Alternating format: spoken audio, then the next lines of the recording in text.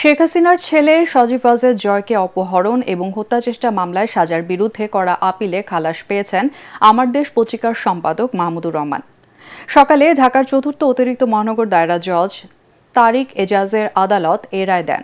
সাংবাদিক মাহমুদুর রহমানের উপস্থিতিতে এ রায় ঘোষণা করেন আদালত।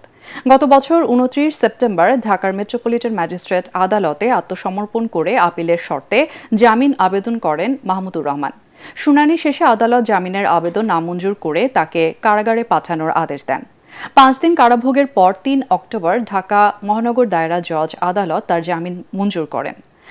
জয়কে অপহরণ এবং হত্যাচেষ্টার মামলায় ২০২৩ সালের ১৭ আগস্ট ঢাকার অতিরিক্ত চিফ মেট্রোপলিটন ম্যাজিস্ট্রেট আসাদুজ্জামান নূরের আদালত মাহমুদুর রহমান এবং সাংবাদিক শফিক রেহমান সহ ৫ জনের পৃথক ২ ধারায় ৭ বছরের সশ্রম কারাদণ্ড দেন।